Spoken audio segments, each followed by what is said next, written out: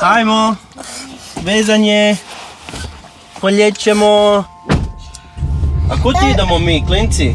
Na Tuhetske toplice. I vam se sviđa auto? Da.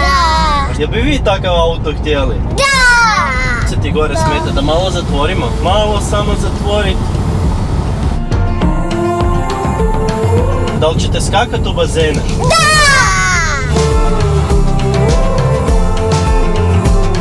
A di se vi vozite? U gepeku.